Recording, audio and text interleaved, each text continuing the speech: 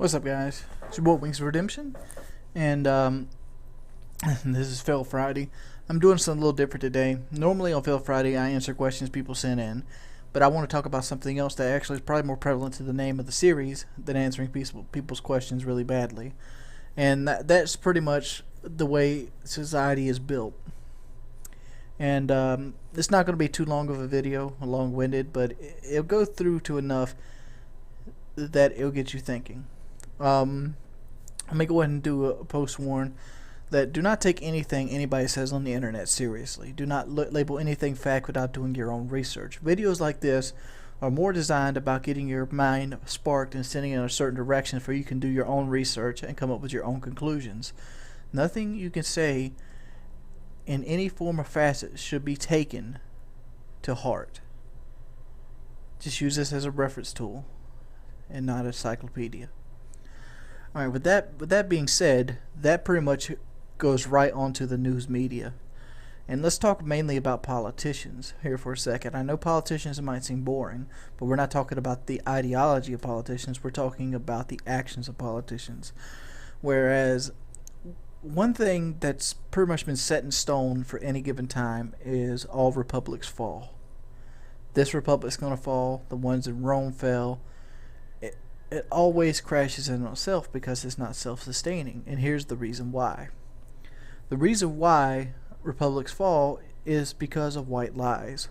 People say they're going to do something but never end up doing it because they have the natural element of greed. What is greed? Greed is something that people want more than they're entitled to.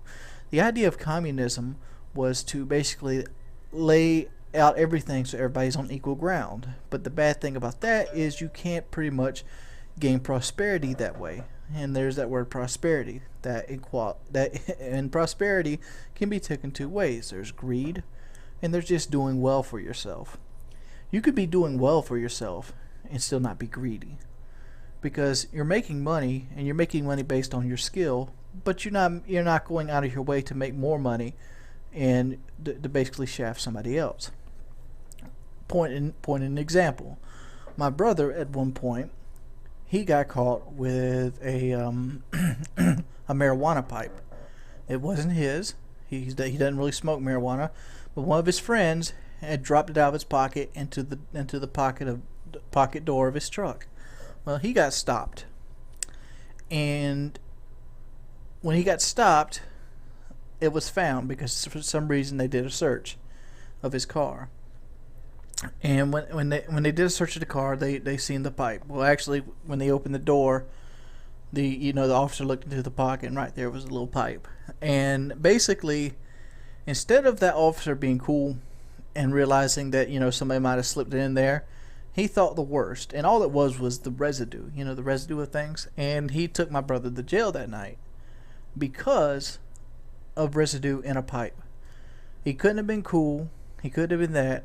He wanted to make the county more money and probably get like a thumbs up at a desk, and all about ruining somebody else's life over nothing. It's not, he didn't really ruin his life, but he caused hardship. And you can take that in all facets. Pick any politician you want. Let's use a prime example or case. Bill Clinton. What was Bill Clinton's big line? I did not have sexual relations with that woman. Well, he got impeached. Well, he was up to be impeached later, where he basically stated in full detail how he busted a nut and he got it on her dress and all. Now he used to take cigars and put it in her tootsie and smoke the cigars with pussy juice all over him. Really stuff. You can find this in every format. Even Barack Obama has did what hypocritical things. And the reason for this isn't because they're all to blame. There's some to blame, yes. But that's how politicians are naturally run. They go with what people want. Like, for example, today. Today, Prometheus comes out. I'm going to see Prometheus either at 4 o'clock or 7 o'clock. And with that in mind, what is on TV today? Well, Sci-Fi Channel showing aliens. Same effect. They're showing aliens because people that can't go see Prometheus right now might want to see the beginning films. So Aliens is currently on. I'm pretty sure they've shown Alien as well. And that's the same vibe here. So you can't really go on things. Another thing that's kind of sparked me is the Little Caesars commercial. How many of you seen the Little Caesars commercial? You know, the $5 hot and ready pizza. They're dancing around. They make you think you need something that you don't actually need. And I mean, everybody has something they don't actually need, even myself. I've made, financial mistakes on stuff I don't actually need. And, there's variables there. Sometimes you buy something you don't need because you want something you don't need. But the real problem is we've lost lack of loyalty to everybody else. Humans are naturally a nomadic clan, and nomadic clan by no means that every human is going to get along or agree. We're pack animals. Just like there's wolf packs, there's human packs. We call them families. But families are governed by higher powers, such as republics. Like, for example, my brother, he got busted with the weed, so he got charged for that. He spent a night in jail.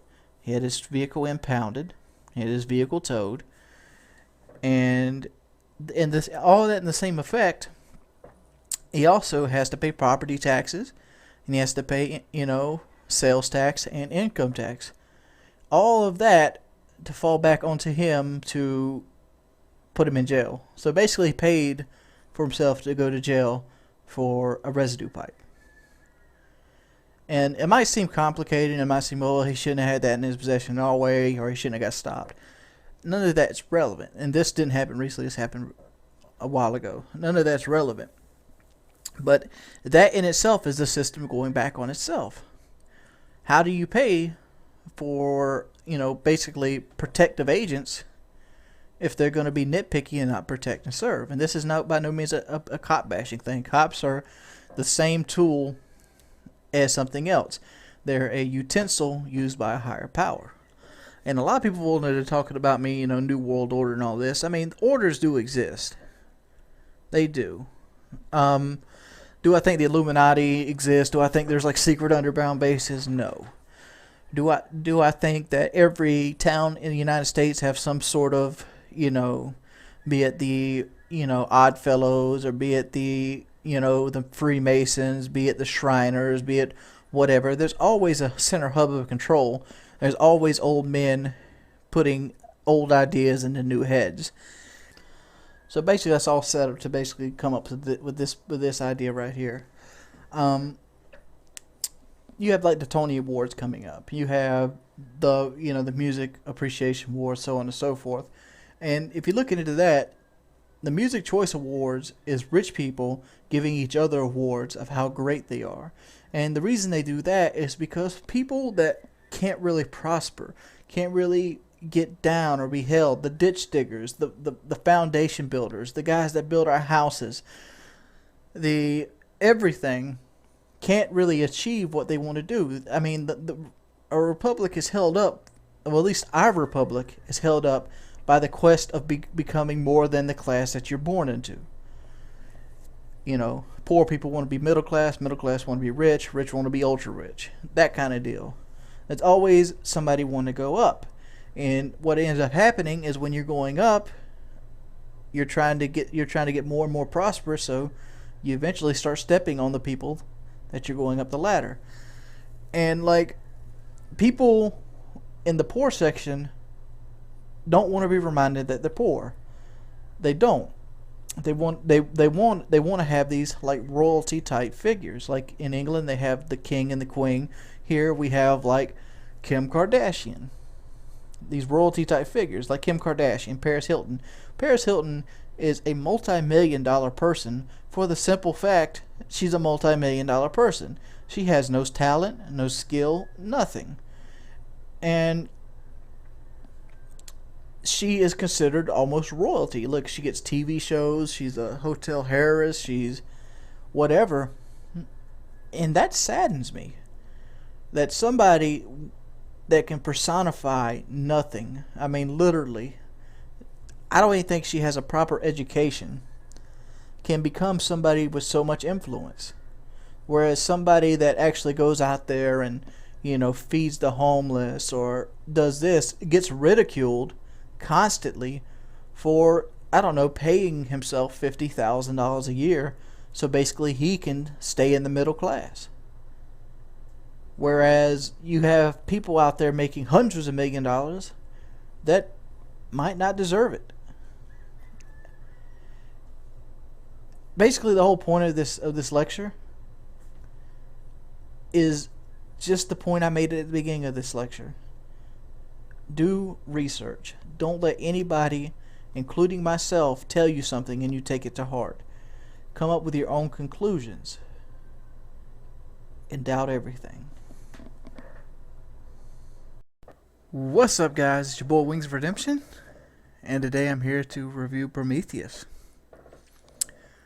Let me go ahead and give a quick summary of Prometheus and what I thought about it, with spoiler free, for those of you who are on the edge of going to see it.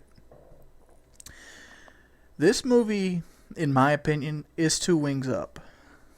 And my opinion is highly reflective on how intellectual and atmospheric it is. If you find yourself easily bored and need explosions, you will not like this film. If you find yourself looking for anything other than backstory of the previous Alien movies, you might not like this film.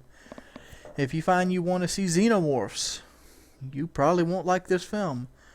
But if you want to kind of learn a space age story that's kind of linked to the Alien series, because it kind of sets it up, you really will like this film. And that's pretty much I can give to you. I personally think this movie should be seen. It doesn't have to be seen in theaters. The theater pretty much gives it no extra effect other than the fact of the prestigious event of seeing it before it comes out on DVD. I'm actually looking forward to the DVD because I know they've cut 30 minutes of footage to make a theatrical cut that's just over 2 hours. So let me go ahead and say this. Spoilers might be coming. When I first seen the movie, it was 2 hours long. I was happy as a clam and a pig and shit. Sorry, not a clam and shit. Because when I first see Ridley Scott movies and they're in their length more than 1 hour and 30 minutes, I think that the characters are going to be drawn out and well thought out.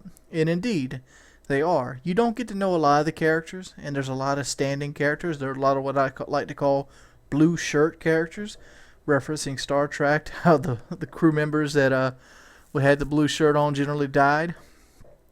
Or, or maybe it was a red shirt, I don't know. People that you normally wouldn't see on the cast would die. But you see, there's a lot of those in this movie, and you kind of lose track of who they are or what they are. They're pretty much just there for the gore appeal. These guys are going to die. And then they had the Biggs and Wedge type characters too. But forget all that. Let's talk about the meat and potatoes of it. If you've seen the movie and you're this part of the film, you obviously want to talk about what I think about it. The engineers. This is the biggest question of the movie. Why did the engineers want to kill us? And there is a couple theories that I've had. I mean, I've had one of those very long drives home. I actually drove the old Chevrolet out there to see the movie, and I had one nice slow drive home. And the reason I did that just so I can have a nice slow drive home. All right. The very beginning of the movie, you see one of the engineers lampooned on Earth. He has a vial of some sort that breaks down his DNA to the point he falls apart, and he happens to fall into water. This could very well be the creation of human life, because their DNA matches our DNA. And where did we come from? We came from water. The water's steaming, so you only could guess that it's almost like the volcanic era, where life just appeared. The bacteria, the DNA, and all would eventually spawn all life on Earth, and we just happened to come out of that cesspool. That's one theory of the movie. If there's no other reason for that scene in the movie other than that, there has to be no other reason. The premise of the engineer himself being on Earth would have no other point. Alright, flash forward, you see him find the cave, and you see pointing where the cave things are. Or the series of stars are. And this is where it kind of gets fuzzy. I've been sitting there thinking about this for the last, hour. two things could actually happen at this point. They could pretty much have the original engineer in the very beginning of the movie actually could be Prometheus, just like the name of the movie. And for those of you who don't know who Prometheus is, Prometheus was a titan of Greek mythology, and he took fire from the heavens and gave it to humans. It was basically humans' first taste of technology, and through that he was punished. Prometheus, at the very beginning of the movie, could be a lone ranger, almost to the point like in the movie they pretty much state that our DNA matches up. If our DNA is like our DNA, we have pretty much the same traits. We're just smaller. And if we have same traits, they have different ideologies, ideals, whatever. Old heads on the young. And they could have two different types of engineers, which we could very well see in the future movies. And he could basically be Prometheus. He could take the fire, which is his DNA life form, and pretty much populate a foreign planet. And there could be other people that doesn't like that idea. The engineers happen on LV-233, and that's why they wanted to wipe us out. But there's also another pretty much theory about it. Just like they said, when the captain talks to the girl after she comes out the thing, the captain goes, this is a weapon of mass destruction. They don't want to build a weapon of mass destruction on their hometown. So what do? They build it on another planet. Maybe humans are a weapon of mass destruction.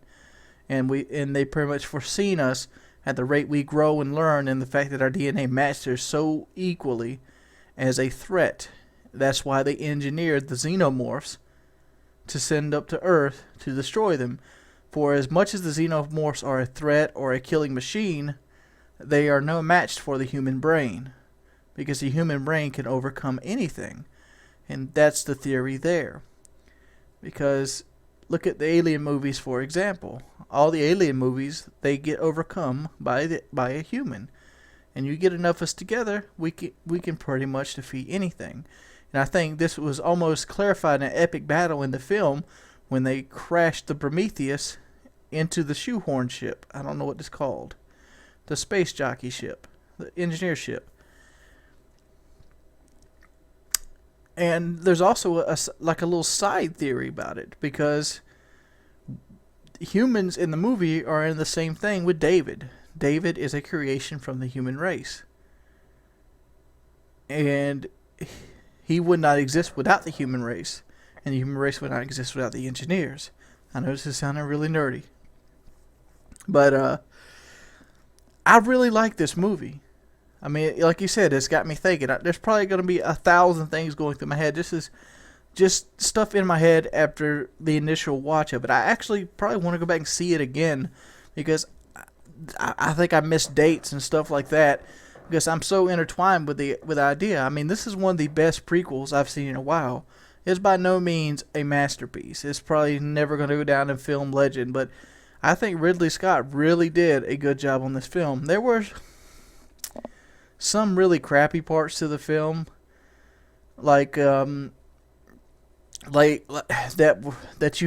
you just don't have enough context to understand. For example, like all the paintings in different eras. So if there's paintings of different eras of these figures of planets or alignments, why would they all of a sudden want to destroy us?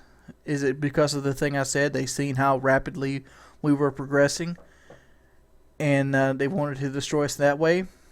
Or maybe they just wanted to test out their, weapons of mass destruction in the xenomorphs, and we were a big science project. Weaker, smaller, frailer versions of themselves to see how well they react. And what was the deal with the face hugger becoming so big out of the scientist?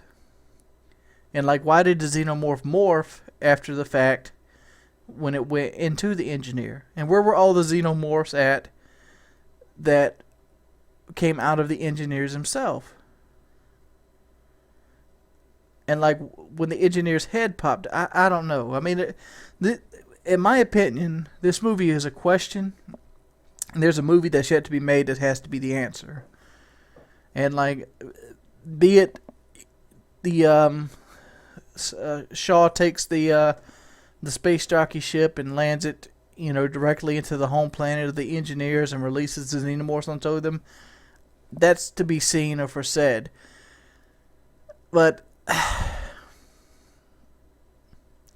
don't know. There's just a lot of questions. I mean, I don't know how good of a review this is, but I really did like this movie. It also has me questioning this. The Wayland industry knew of LV-233, and they knew that a crew of 17 pretty much died on it. And why would they send a crew like the Nostromo, which was a crew of 7, to pick up where the other guys left off if they have such intricate details? Who knows? Real cool film. I suggest seeing it.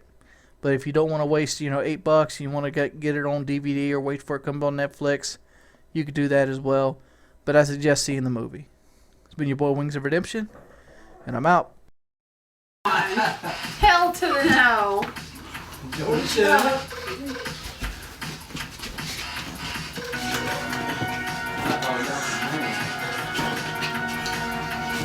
I'm not getting on the floor. I won't be able to get back up. I'm winning.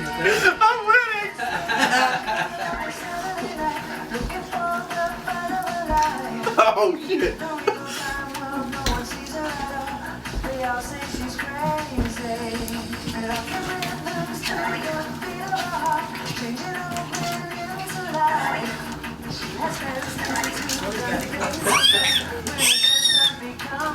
Maddie, turn the chair. That moving out. Keeping moving there. Which dude? The video. Maddie, stop. The dog is moving me. I'm not running.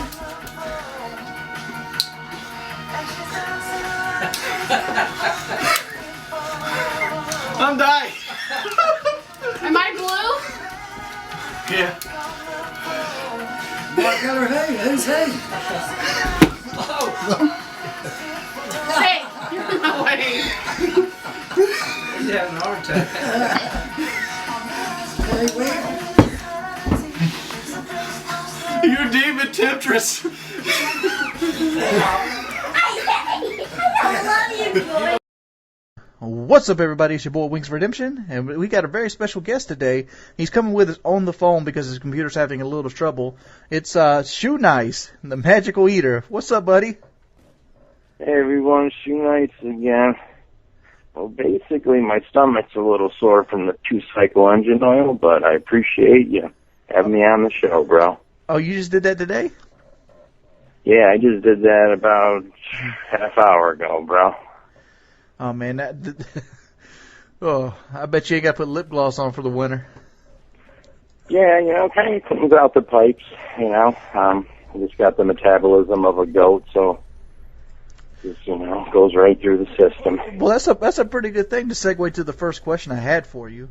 Do you ever have a fear of killing yourself eating some of the things you do? No, because I'm 43 years old, and when I was 2 years old, I don't remember, but it was always a family story. I found my father's pack of unfiltered Camel cigarettes, and I ate all of those, and my mom found me on the ground, blue as a Smurf, and they got me to the hospital. My stomach was pumped, and I just knew from then on out I just had a good solid stomach, and I've been doing it for so many years that, my lifelong friends laugh at all the people that don't believe me on YouTube, and there's no fear of suicide. I would never, ever want to end my life. Yeah, so you're not going to be drinking bleach or nothing like that. Oh, no, bleach and gasoline and antifreeze and windshield washer cleaner. I know my limits, Wings. Yeah. Well, you obviously got to get stomach cramps doing some of this stuff. How do you combat those? Well, right now I have one, and I'm laying out straight on my chair, like a petrified mummy, and I'm just trying to breathe in and out, and it goes away soon. I usually follow, my stunts with a little bit of castor oil or something, but I think the oil intake for today isn't, at max, so we're just going to let it flow, bro. But I usually don't get cramps. I mean, I slam bottles of liquor and everything, and it's just I've done it since I was 11. My mom had gallons of it underneath the kitchen sink, and we had to be quick before school. I've never been much of a drinker. I mean, I see you do like these big bottles of Patron and stuff. I'm like, man, that must kill his liver.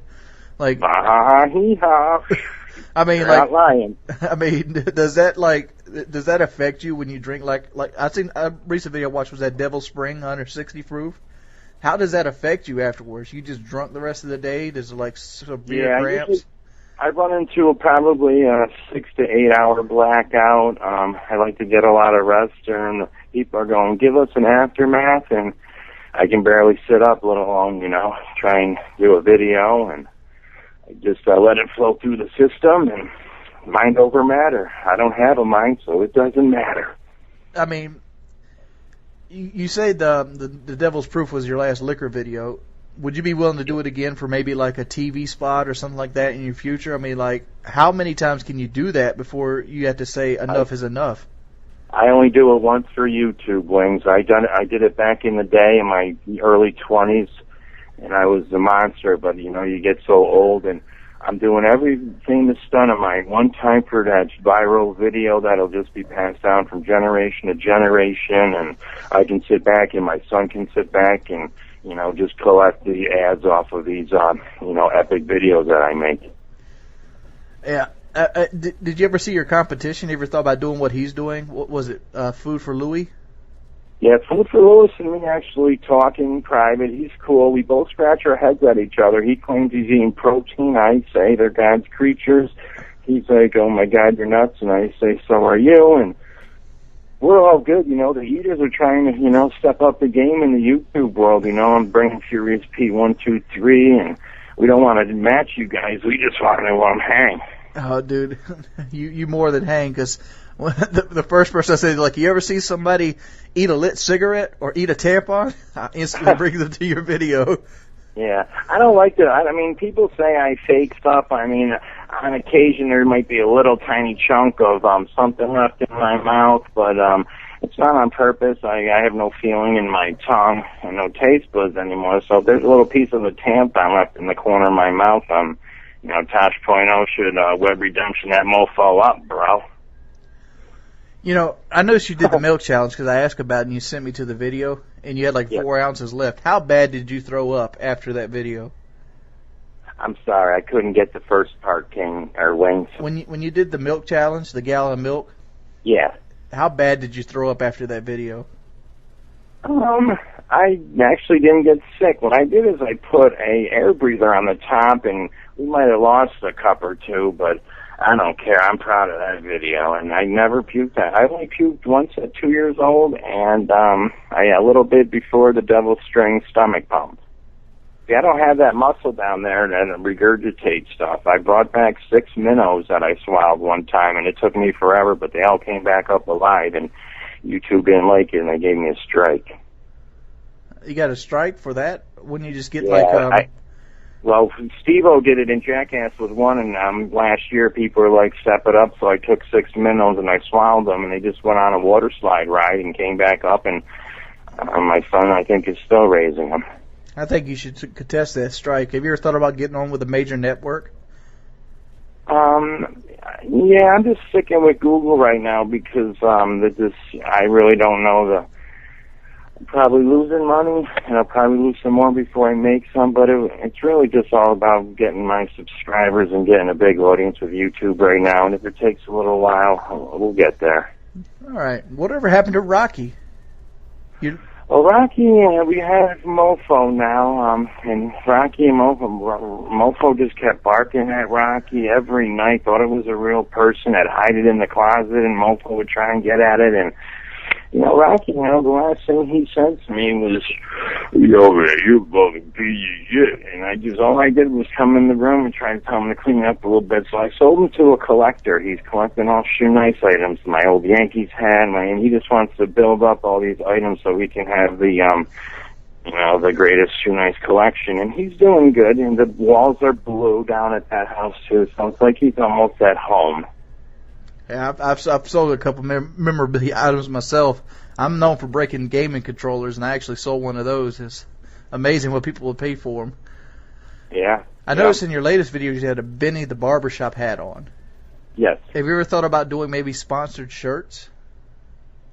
Yeah, 'cause Vinny's Barbershop, you know, all they did was shave my head so I can eat my hair, and they tried to charge me for the second haircut. I've been wearing their hat and they viral vids, so we might have to step it up to like Nike or Tampax or Tabasco sauce or something. Yeah, they got a little cheap hat. I mean, they trying to charge you for a haircut? Come on, they should be honored to cut Shoenice's hair. Yeah, well, when they hear this, they will, bro. But either way, yeah, I'm going to move up, and my whole goal is just to, help as many hungry people from the U.S. all the way to the other side of the world, and as long as I can just keep going and going with T-shirts, and I got a koozie coming out with a Shoenice, trademark bite mark out of it, so it's easier to sip your beer, and it's going to be an iconic QVC thing. I just want to get money to go after these Fortune 500 companies, and you can't do it for free when you got volunteers you got to pay to go live in desolate countries, but they're sitting around playing Xbox Live looking for a job or joining the army. Shoenice will pay good. Wings. All right, buddy. This has been a pretty cool insight into what makes Shoenice, the eating machine, work. I want to thank you for your time. I thank you, bro. You're the best, man. I always seen you from the outside looking in because just from so many people and related comments and stuff, and I like your channel, and I think everybody should sub to it. All right, thank you, sir.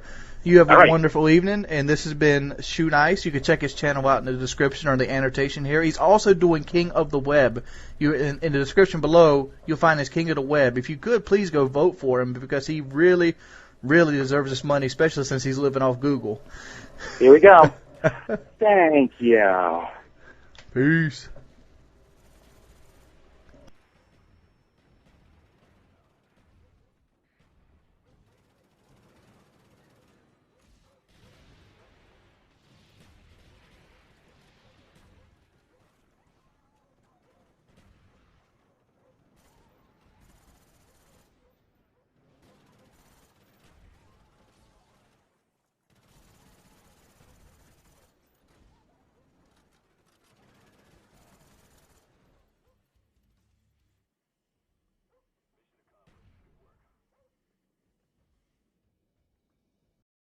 What's up, guys? It's your boy Wings of Redemption, and I'm bringing you some Modern Warfare 2 gameplay. Woo-wee!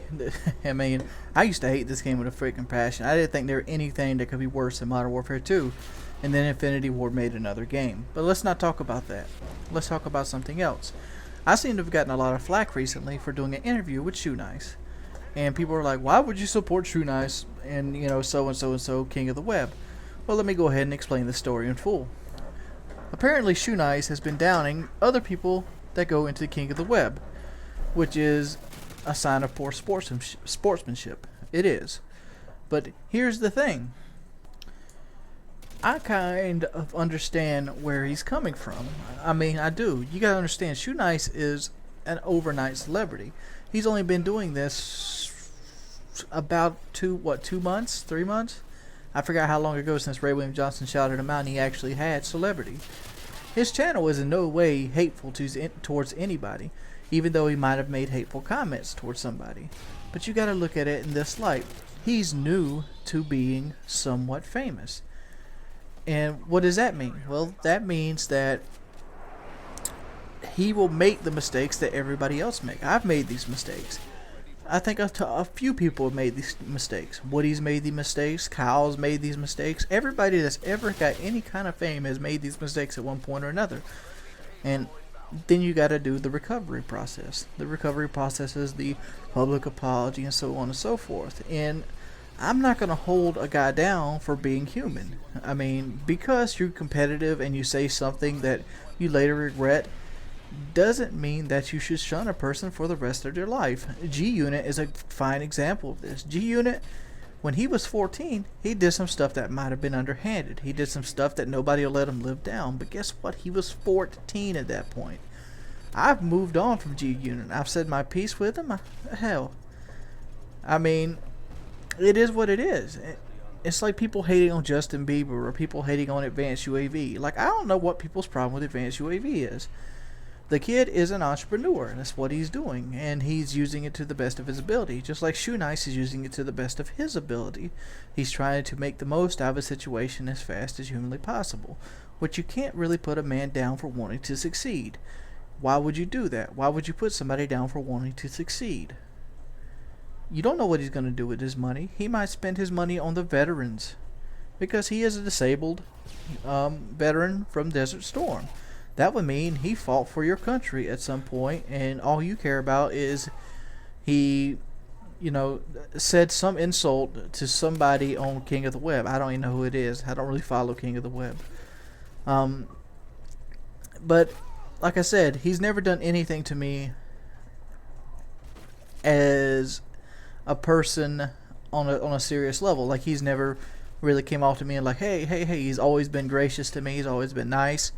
And, he actually got really excited that I actually wanted to do an interview with him. And that's something, very few people get really, really excited about. Because, by all means, my channel is not what it used to be during the hype of Modern Warfare 2.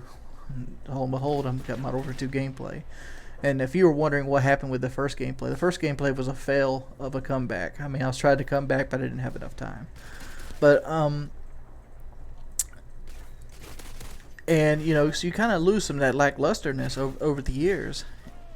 And I think people shouldn't judge people off of hearsay. Don't do it, dude. Remember that video I did the other day called Doubt Everything? It was actually last Fail Friday, which was a little different than everything else. Usually I answer questions on Fail Friday. But I had a commentary based along the same lines.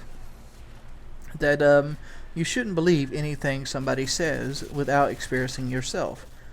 I mean, obviously there is exceptions, like, people, like, if you walk into an area and says there is no oxygen in this area, well, you probably want to believe that sign. But for the most part, don't take everything somebody says as fact. Like, you don't know all the variables that Shoenice could have had. He could have had a bad day and all this other things. I know bad days don't justify the ends to the means, but it also affects how irritable you are. But other than that, I've been playing this Modern Warfare 2, dude. This game is actually fun. I'm kind of glad I took Woody's advice and not breaking it overall. And like, you people get to the point where like, well, the last COD game's a savior when the new one comes out. No, it wasn't. I hated Modern Warfare 2. I still don't like it as good as Black Ops, and I don't like Modern Warfare 3, period. That's why you see me posting a lot of other people's gameplays, because one, the game is hard to do well on, and do well on means that basically the YouTube standards have gotten so high that if it's not a Moab or if it's not a Russian gameplay, don't post it. And there's more room than just one type of gameplay. I don't understand why people come to my channel wanting me to rush around. My channel has never been about rushing around. My channel has been about strong PowerPoints, showing people how to do well when you don't have the really good hand-eye coordination, so you don't have to be a superhuman.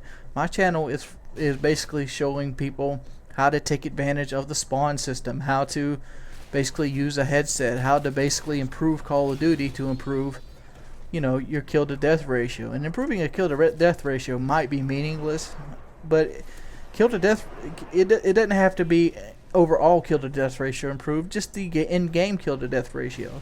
If you're a guy that goes 3 and 17 and all of a sudden you watch my videos and you start going 8 and 11, I've made you a better player. Dead simple. And through that, you're eventually going to become what you're going to become. Style of play is the same as style of people. There's people that want to rush around and take Call of Duty serious. There's people that want to just do well. And you can't really criticize somebody for wanting to do well. Just like I stated before, it's coming around on itself. How can you criticize a man for wanting to do well?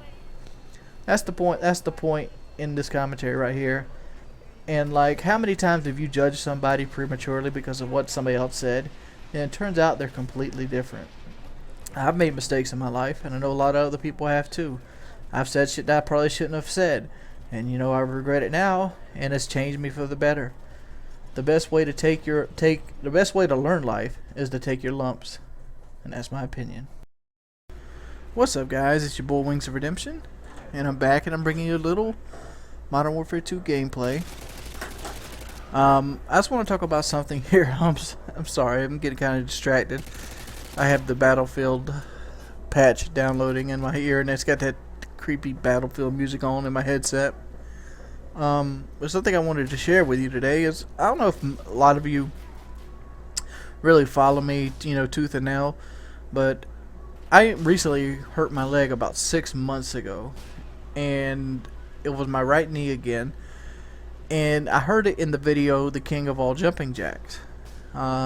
It's basically a video where I attempt to do jumping jacks, and I end up failing hard. And I do a fake fall in that video where basically I fall back and land on my back. But when I went to get up, I was actually so physically tired, I fell again. In that second fall, I landed on my right knee, which in the video it doesn't seem like much. It just doesn't look like I fell that hard. I was like, oh, he's okay, especially since I popped back up.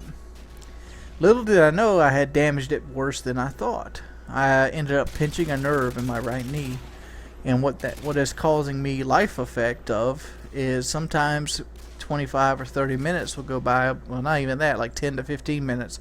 If I'm standing on my feet 10 to 15 minutes, my right leg starts to go numb like it's falling asleep. And the reason I'm telling you is this because it recently acted up I went to a birthday party yesterday. I went to my buddy Marty's wife's birthday party, and I ended up falling twice. I ended up cutting my head too, because I ended up falling, broke some porch steps. Because 400 pounds going down like a sack of potatoes is going to break something, and that's ended up what I did.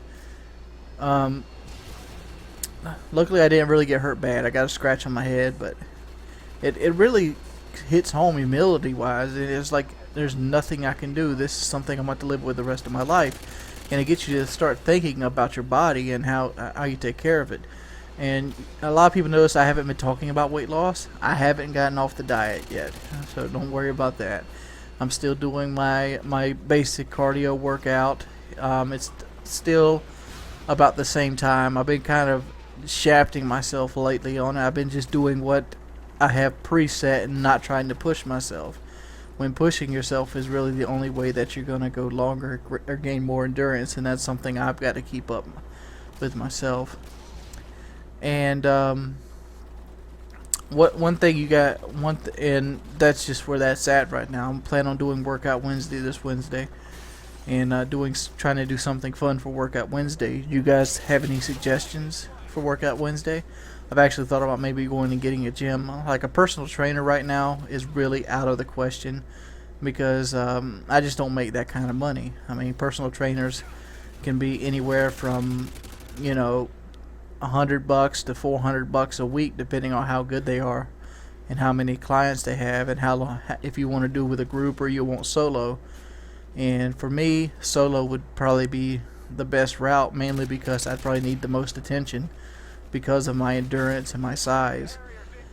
That's why people are like, yeah, you want me to help you work out, Wiggs? I'd be like, yeah, if you could come down here, because I feel like a personal trainer would be my best bet, because it's somebody to stay on top of you. And if I had somebody to stay on top of me and somebody to hold me accountable more than myself, I'd feel like I could do it better. I mean, not to say I can't do it myself. I'm saying it would probably be easier to not give in to temptation, like, well, I'll just do this one time, or I'll do this time, because cheating happens. It does, and it is whatever. But this is by no means a whining video before people get it into their minds. It's just kind of like an update video on my life, because people have asked me, like, what is the update about? Well, somebody asked me to do a quick update video on my life, and this is it. Hope you guys have a wonderful evening. And if you could, please leave ratings on the videos, guys. I know some of the videos recently haven't been getting a lot of ratings. If you could please leave a rating, it means the world to a video when you leave a rating. Like or dislike, it doesn't matter. Peace, guys.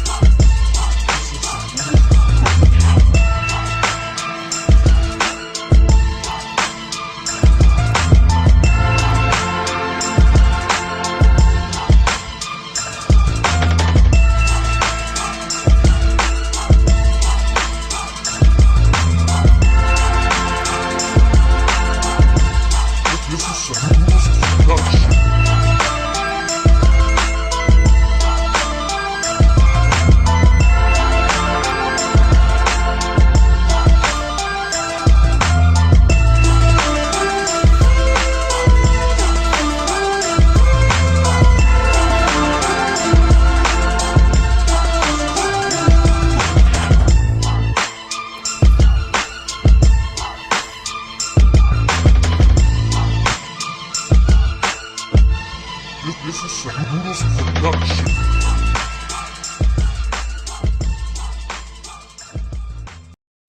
What's up, guys? It's your boy Wings of Redemption, and I'm bringing you a little Scout Sniper gameplay on Modern Warfare 3. You know, I grew up in a different age of video games. I did. I mean, I grew up when the Super Nintendo was popular, and I started playing video games at a very young age, probably around age 4. And one of the first things I did when I started playing video games was I quickly found a nostalgia to play older video games.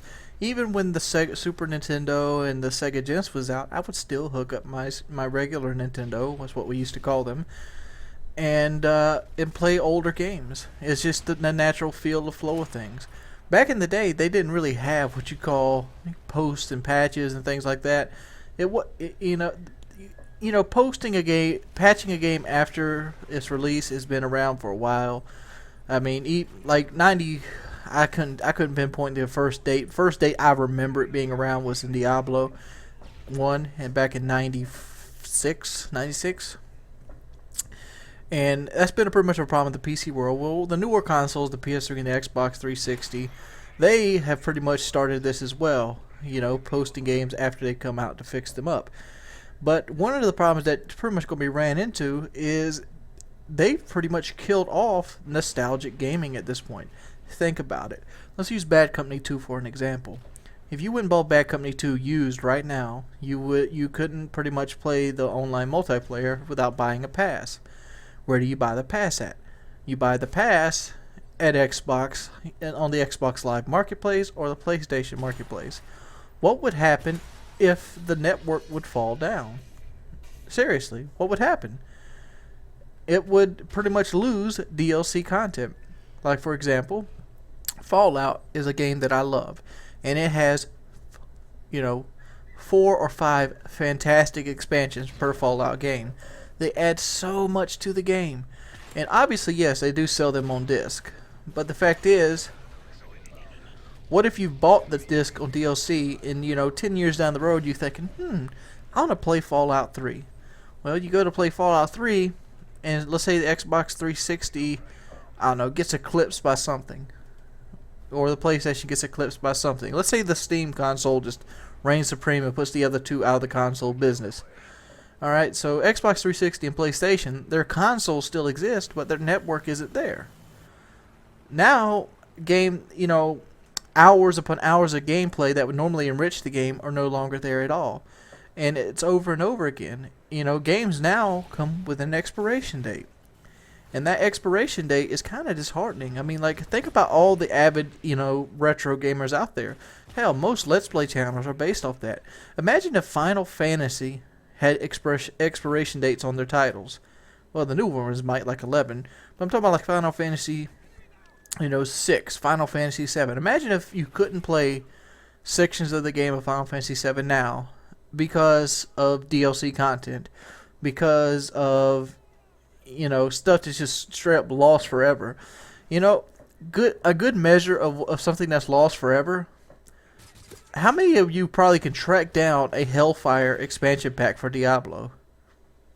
That's who made that? Sierra Games. That thing is so hard to get your hands on. It's ridiculous. You might think to me, hey Wings, I don't give a shit. I don't care about playing Fallout 3. I played it when it came out brand new. Well, look at it this way. Here's why you should give a shit. Even if you never intend to ever play another game, when it doesn't come out, if you plan on selling all your games to GameStop and buying the new games as they come out, more power to you. But here's what they're doing. They're making your dollar worth less. Pointing example. When you bought a game for, I think they were like $40 back in the day. Well, actually, some of them actually came down. It got to the point where they were $80. I remember buying Sub-Zero Mythologies for the 64 for $80, and they recently gotten cheaper. But for that $80, that game was there for the rest of your life as long as you took care of it. Anytime, hell, I still have Sub-Zero Mythologies and my 64 today. All I have to do is hook them up, and boom, I'm playing Sub-Zero Mythologies. I don't know why I'm using this game as an example, but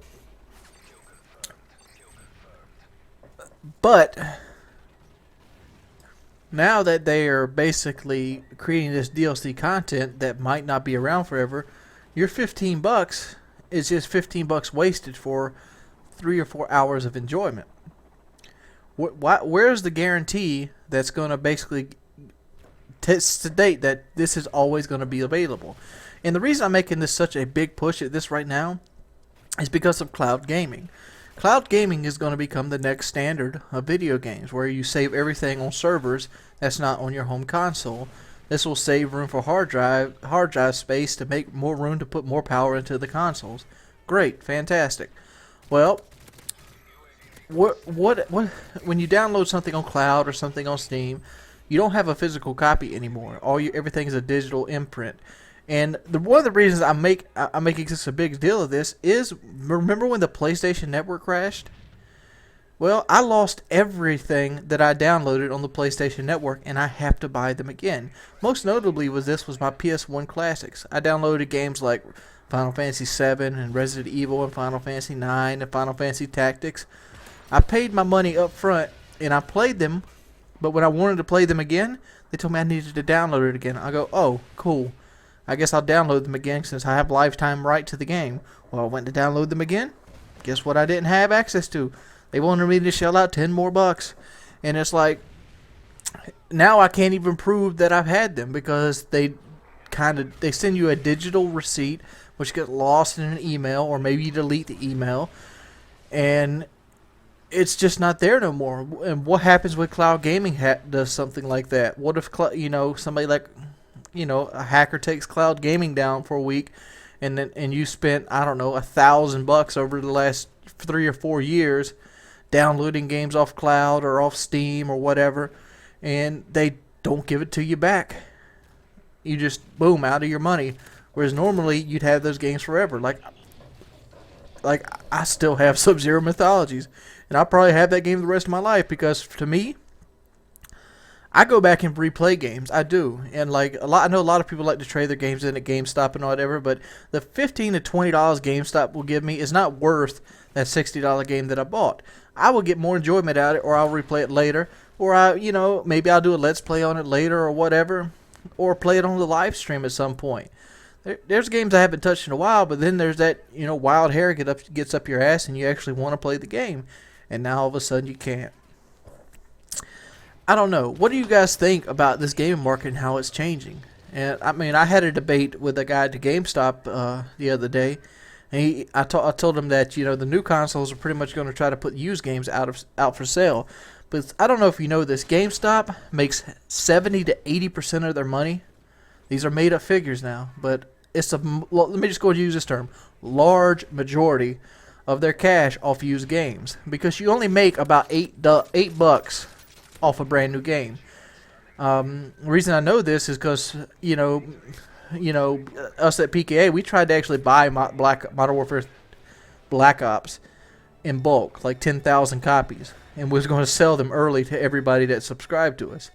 Well, they would willing to sell us at like $51 a copy, and at $51 a copy, the store is making like $8, $8 to $9 after it's all said and done, because they sell the game for $59.99. And so $8 a new copy, and then you have Timmy coming around here, and he basically sells you a copy of I don't know, let's say Black Ops, and you give him $15 for Black Ops, and you put it back on your shelf for $61. Now all of a sudden, $51. Now all of a sudden you're making, what was that, $5.20? That's like $30 some profit, opposed to $8 profit. And I noticed this most extensively on the at the GameStop the other day. They took the Xbox new releases and the used games and flipped them, and I'm like, dude, that's underhanded. Now, because they try to make it hard to digest what game's new and what's not, because they make more money off of used games. Well, I'm kind of on a rant here. What do you guys think about the whole basically losing games? I mean, the DLC, if the PlayStation Network would ever go down, every DLC that you've ever had would be null and void, that you've ever paid for, and you'd be losing thousands of dollars and nothing to show for it. I mean, I don't know. It's been your boy Wings of Redemption. If you could, please leave a rating on this video. Helps me very much. What's up, everybody? It's your boy Wings of Redemption. And I've noticed something today that I never noticed before. For some reason today I decided to take marksman off and put on dead silence. And one of the things I noticed when I put on dead silence is I can hear footsteps now. I don't know when this initiated because I haven't really been keeping up with Modern Warfare 3. But man, has it helped my game. You'll notice I put a video up earlier today of 44-0 with the Scout Sniper. And I was basically sound whoring that whole game. That's how I pulled up that 44-0. So I decided to try out a little easier weapon. And the weapon I decided to try out was the MP7. As you can see here, I'm playing on a little different sensitivity than normal. I'm actually playing on a 6 sensitivity instead of my standard 3, which is double. And the reason that was because I was planning on constantly rushing around and I wanted to be able to spin. One of the main things that I don't like about Modern Warfare 3, which you've probably heard me bitch about it a number of times, is how the maps are laid out. The maps are laid out very linear-like, and like you see here, everything goes into a straight line.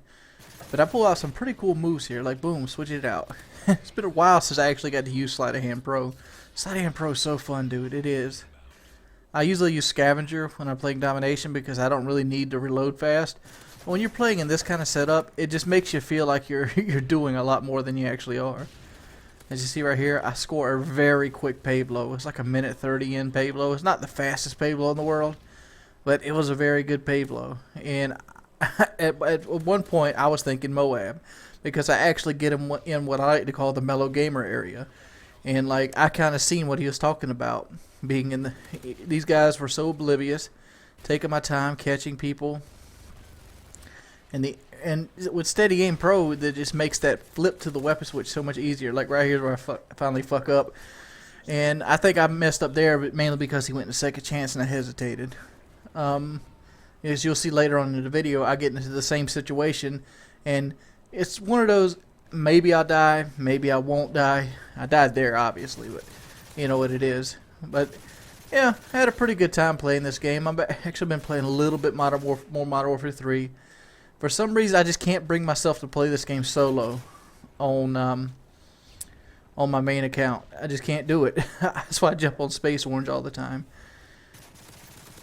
There we go. I love playing some fucking PS3, dude. I love it. I just wish PS3 wasn't so greedy with trophies. If anybody else noticed that, the PS3 is like horrible about giving out trophies. Like every game, it's like you have to. I just don't understand it. Like half the PS3 games don't have trophies. I understand why they don't have trophies because trophies didn't get initiated like what, halfway through Fallout 3 or something like that. But like I don't know, PS3 is stingy with shit on some trophies. But this is just a little rush game. A lot of people have been looking at me lately and like, I want to see rush gameplay. Well, here's you some rush gameplay, dude. And by no means make it look like I'm a beast at the game. When you see rush gameplay like this from me, you can rest assured that I'm playing the burn unit at like a cancer hospital or something. I mean, they're burn victims with cancer. That's what they are. They let me play this well against them. But it's all technicalities. Because I found in the long run, I've been playing Call of Duty, what, 3 years now? 3-4 years? As a day job. I find that when I play Call of Duty a lot, my aim gets better. And I find that after an hour in, I actually get better at the game if I haven't lost interest. But then there's always those games that make you feel you're really crappy because lag compensation is against you. I mean, there's just so many variables in the soup of doing well in Call of Duty. And this is just one of those games that it's like, boom, everything clicked. It's like, boom, I'm on fire. Like right there, I got shot. I didn't get one-shotted. Caught a guy AFK. Come back up here. Reload. Oh, boom, didn't get one-shotted there.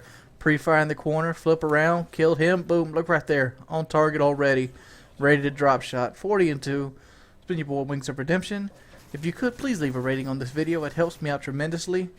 And, as always, it's been your boy. Peace. Hey guys, it's a little teary-eyed. Instead of reading fan mail, Alright, I got a couple in already, so I want to go ahead and show you them. This is from Nick Hartley. I want to show his address. But he sent me he actually sent me something with it, and it goes, this piece of paper was signed by Cam Pice, the lead vocals of 3 Inches of Blood, and Jeffrey Fisco, the lead vocals of The Faceless. I got their autographs when I went to Metal Alliance, and I thought you might appreciate them since you like black and death metal. Hope you reach your weight loss goal. Your #1 fan, Nick. See that right there?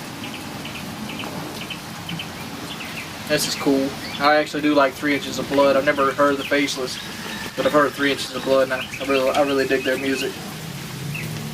And I also got another one, which the other one, this one right here made me cry. It's on orange paper.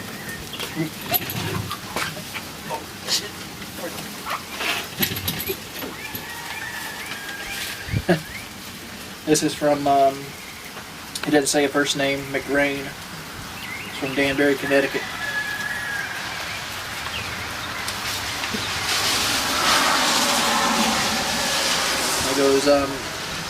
He goes, hey Wings, I'm from Connecticut. I watch your videos every day after a long day of school, watching your videos, how I get away. I really like your working out and doing stuff to help yourself, and I like seeing it. You're my favorite gamer, and I think a lot of people should be more open-minded like you. I like your videos, and you give me a chance and give me advice because I follow it a lot. I don't want to write too much, but I could write a journal about everything I want to ask you. I started playing video games at a young age, and I was off Xbox for a year trying to get back on track. And when I came back, lots had changed in the Call of Duty community. You helped me catch up. And there's more to it, but I've already read this one. But this right here, it got me teared up because you realize there are people out there that really do look up to you, and it makes you feel loved. Yeah, this was from Jason.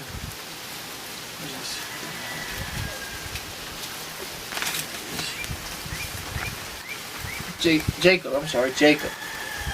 It's from Jacob.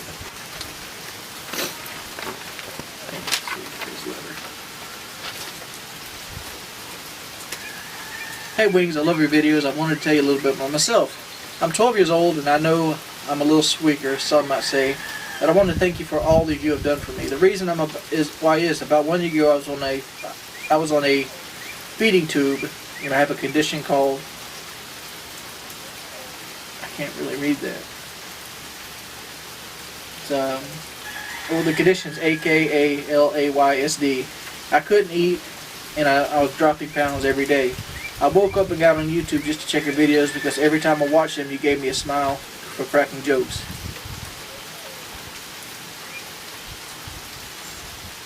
Hold up, turn it off. You ready? I've had to have 5 surgeries and almost died, but after every surgery, one of the first things I did was check your channel. So I'm writing to thank you, and feel free to write back. Loving your Minecraft videos. Your biggest fan, Jacob.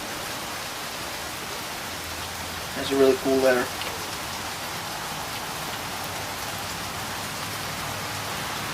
Well, those of you who don't know, I got a real tender heart. I'm not a very evil person, and I cry real easy.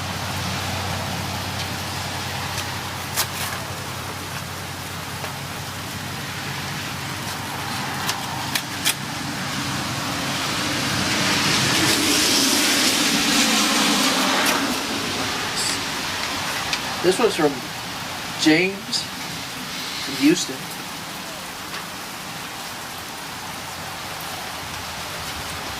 Oh, it's a 2-parter.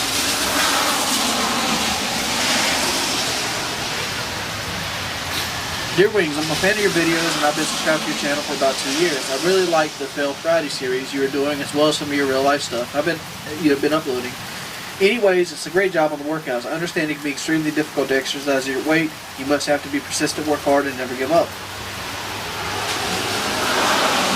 I actually thought about something similar to you. When I was in 8th grade, I am now a rising sophomore in high school.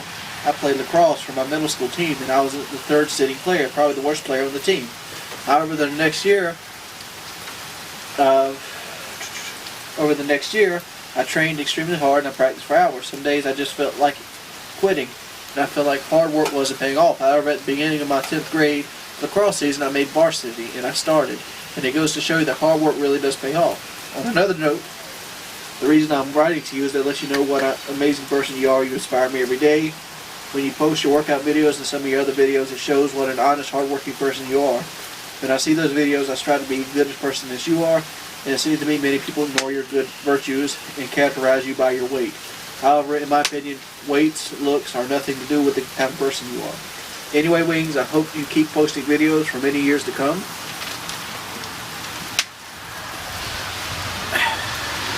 Truly enjoying all your content and continue to support as long as you're uploading videos. Maybe you could come visit Houston someday. I also live in the South. Lastly, feel free to write me back at this address. Lil Wayne is a terrible rapper, and I almost forgot. I really like PKA, and I hope it continues in the future. Thank you. Okay. This is from Dan from Brunswick, Ohio.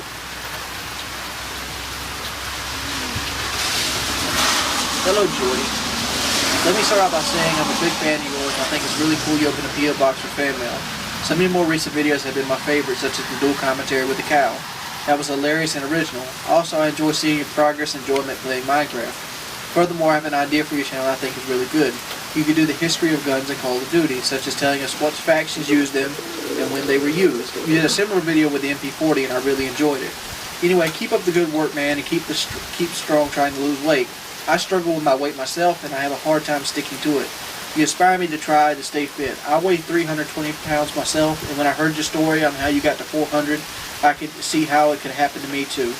So you got me working out even harder, man. Keep taking those baby steps, and you'll get there. The whole community wants you to succeed. And his gamer tag is infected SAS. I also had this one which I opened up. This is from Adam from Elk Grove, California. Hey Wings, my name is Adam. I go by Tap Brack on YouTube. I'm 19, about to turn 20. If you're wondering, and I know I have sloppy handwriting. I don't make YouTube videos. And I don't plan to, so I'm not interested in a shout out. I just wanted to tell you that you've been an inspiration to me in these past few months, and I saw you on YouTube. The only thing I heard about you was that you were really mean and hated by your subs. As time went on, I started to watch and listen to you more, and I learned that you're a really cool person. And up until then, I just thought commentary was gameplay and a voice. But you started doing videos showing your face, and then your dogs, and then your family, and even your house. It made me feel like I really got to know you on a personal level, and that's what I love about your channel. You feel more like a friend. And not just another one of those YouTube subscriptions. I love the variety of your videos you put out, even ones when you don't know what to say, and it's just you walking or driving. Wings, you are an honest to goodness, straight talking, hard working man, and that's what I love about you. Keep up the good work and the good luck with the weight loss. I support you all the way through. P.S. If you're interested, I put this in the mailbox across the street of my house at 2:30 p.m. on June 6th. I think it'd be interesting to see how long it takes to get from one side to the other country. Well, it's the 12th today. And I don't really know when they put it in my box, Adam, because I only check my P.O. box on Tuesdays, so I can have it in one lump sum. So it took less than a week, buddy. There's just one more left, and I saved the biggest for last.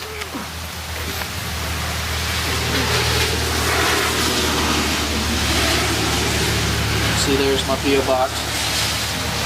This is from I don't want to missay his name. This is from New York, though. And it's got a picture with it.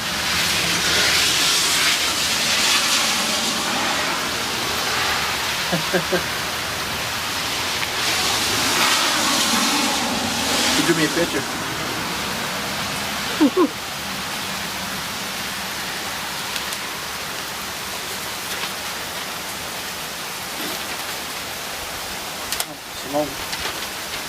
Hi, my name is Jonathan. I'm so happy for you because the amount of weight you lost.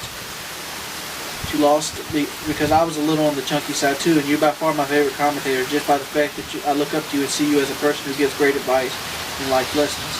And your gameplay's a beast. But I think mostly I watch you for the commentaries because of what I said before. never get off the weight loss train, because there will always be haters, and always remember there's always people who support you who will never hate on you.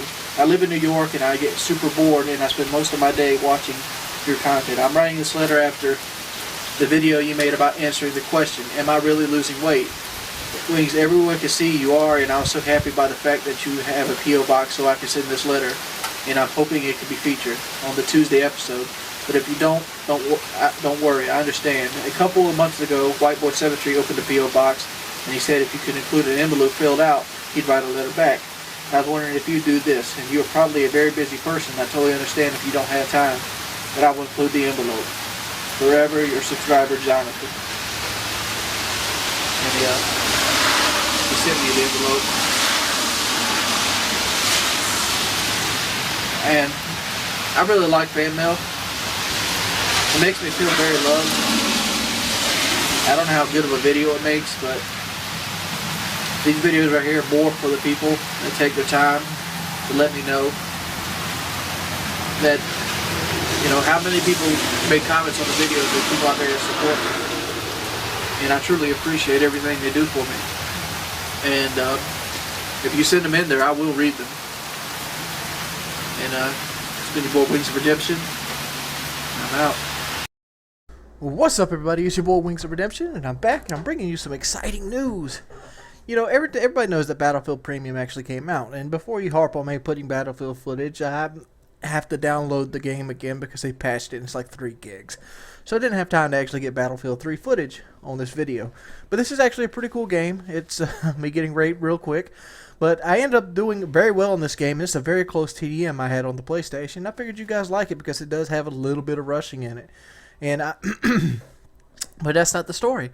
The story is they're bringing the AC-130 into Battlefield 3. Yes, the AC-130 into Battlefield 3. The Angel of Death is now going to be pilotable in the new expansion pack called Armored Kill in the Battlefield community. I don't know how many people actually out there still play Battlefield. You know, a good bit of people still do. But is this enough to actually bring people back to the series? Like, it makes you wonder, how hard is it going to fly? How well is it going to go up against like jets and stuff? And can the jets even reach it? That's the point, because AC-130 is basically a C-130 cargo ship with guns on it, and they fly really high. They do. They fly like 30,000 feet, and I'm wondering how that's going to basically translate into game. You can actually find pictures of it. I'm actually going to link you to to EA Singapore photos of the actual AC-130 in the description of this video. I've always wanted to do the AC-130 in the game, but like how can you compete against it? I guess Stinger missiles work against it, but there's flares, and like, is it going to be on auto respawn? Like, how can you balance something like that? I mean, I don't know. I guess it's going to be flares just like everything else, and it's probably going to be rather slow. Who knows? I'd really like to see the thing in action, to be perfectly honest. A guy actually sent me this picture, and another thing that's really cool that might be happening is somebody sent me a message. A personal trainer sent me a message. He lives in England, and if I could get him out here, he's willing to live with me for a couple months and actually train me. I need to figure out how much it's actually going to cost to get him out here. But I think this right here probably a great opportunity to basically get myself in shape, to actually have a certified personal trainer with me 24 hours a day. And it would be crazy. But a little more on that a little bit later. It is Tuesday. It's the day I go check the family. I haven't got around to it yet. I just woke up at 11. It's 1:30 now. Actually, my mother was here when I woke up, and we've been sitting on the porch talking, you know, shooting the shit. So we're gonna do the fan mail stuff today too. So I'm gonna actually have to go check my P.O. box. Hopefully somebody sent me something cool. You know, I'm waiting for that first week where I get nothing. I'm hoping that doesn't happen, so I'd be all downhearted. And I also still need to share the first 2 letters. I still have the first 2 letters. One was sent with the hot sauce, and another guy sent me a letter. I'm going to share those as well. So I'm going to do a video basically on fan mail today. And hopefully some really cool stuff. I'm going to try to wait to open them up when everybody gets here. Like I said, I've actually found a little bit of love for Modern Warfare 3, the TDM. I mean, obviously TDM's the game type I mainly play Hopefully it's the type I'm mainly known for, which most likely is, and it's domination, mainly because I've played domination for the first 6 months of the game.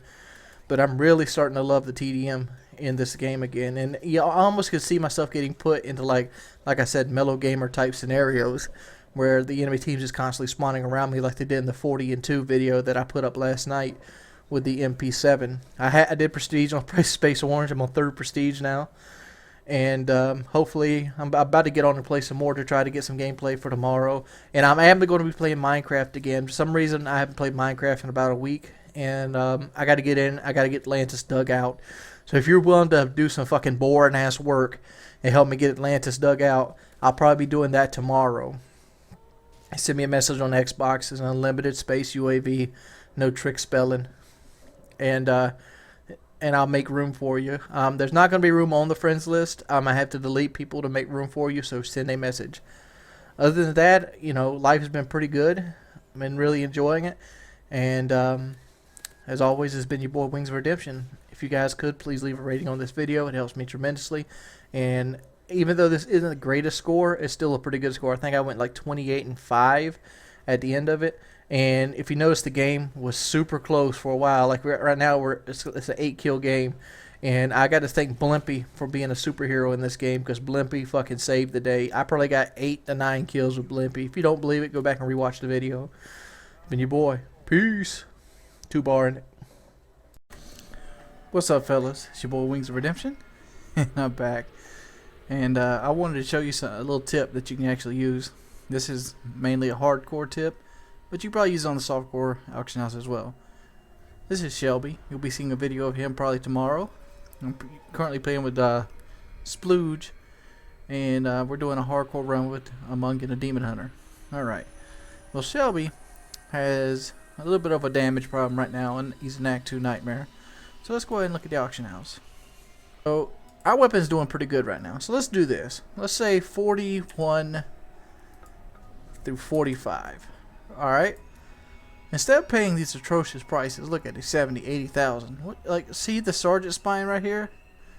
It's by no means really good, but it does attack fast. So let's see what we can actually get.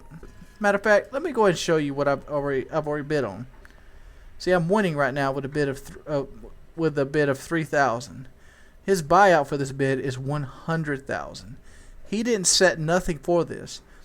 A lot of people see items like this. Item's by no means a fantastic item. It's a one-handed weapon that's probably gonna do like 130 damage. It's by no means worth 100,000 gold. He probably even bought this from a vendor. But you can sneak items like this all the time on the auction by just lowballing them and giving them time. Like, let's take life on hit off. Let's just do vitality. Let's just do chest armor. Alright, let's do buyouts. People commonly will not set that buyout high. Let's see, that champion idol. That's pretty good. It's better than what I got, because it just has magic find on it. There's low buyout, like right here. Super low buyout. I could easily probably set that. I could probably get this right here for 300 gold. Like, watch. What your max bid? Oh, that's starting price. I'll just do the starting price on it and just see if I can get it. I can easily turn around and flip this for 5,000 gold. Very easily. Like, here's another 16,000. I've already checked that. Just look at this right here. See our air? That's a pretty good thing. Let's go ahead and bid on that as well. This is a very easy way to make money on the auction house. This is like playing the auction house. People make these mistakes all the time. Like, here's a pretty good piece of armor for Barbarian. 2 empty sockets, pretty good strength. He wants 40. Let's just go and put a bid on it. So what? You get your money back if somebody actually bids it. Item is no longer available. Somebody actually paid. Somebody just bought that item for $37,000. See, if I would have bought that, and I would have waited that day and a half, I could have made that $30,000. I'll point an example. Be sure to change your level ranges and see stuff upcoming and place bids on them. That's where that bid takes an effect. Most people come to the auction house only to look for items they can use right now. Look ahead of time, especially if you're about to get off. And you can just snatch items. You can scroll through them, just looking for those low bids, just see what they do. Let's see. Same thing right there. I could just get another one. Even if I just turn around and sell this item for 5,000 gold, because that item will sell for 5,000 gold, I'm making a profit. That's what kind of profit? That's a huge profit. There's the death mask. This is level 41. You could even go down in ranks to do this. Like let's go to 39. Actually, let's go to 37 through 39. See what we can find. Oh, look at that. Look at that. Level 37. A barb would eat that up. Let's go ahead and put that bid in. It's got 12 hours. Let's start it. Oh, bid's too low. Let's bid on it.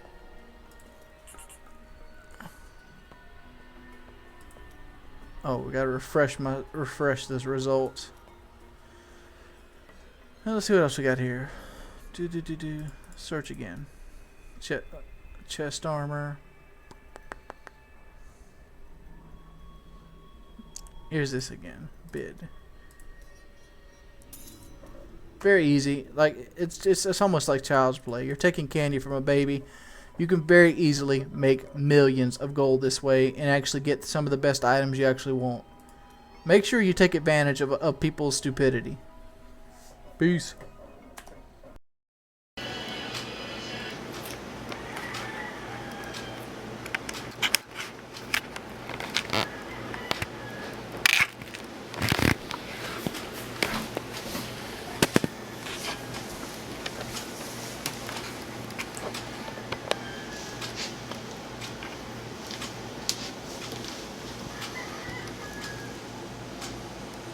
What's up, fools? I'm gonna do something Woody's gamer tag is too pussy to do. I'm gonna get my face cleansed, my ultra pore cleanserizer,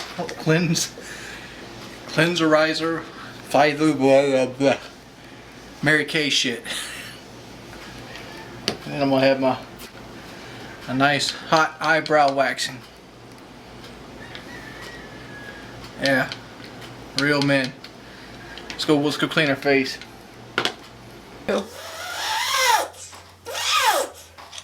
That sounds messed up.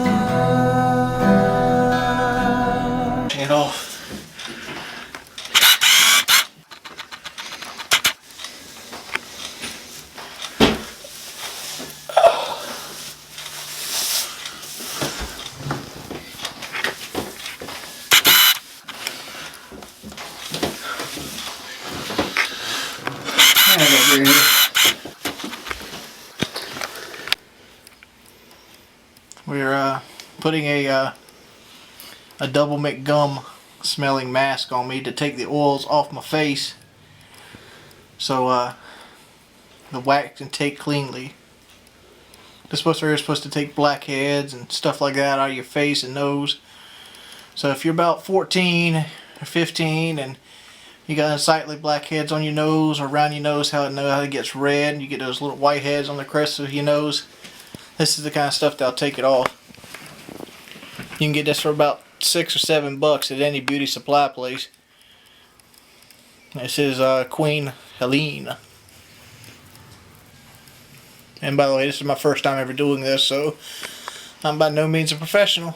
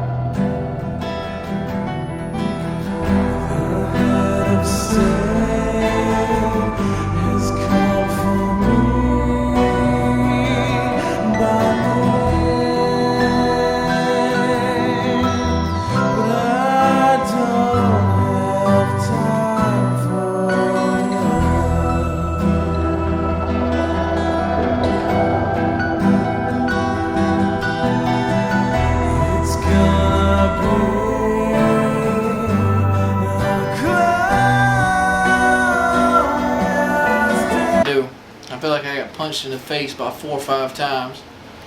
And it feels dry as shit. But at least my pores are gone. Bye.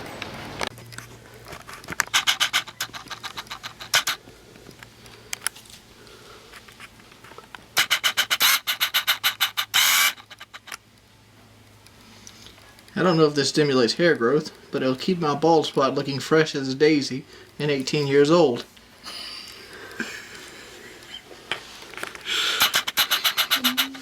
I'm so glad I'm nearsighted right now because I can see mirrors over there and I don't know what the fuck I look like. You don't want to know.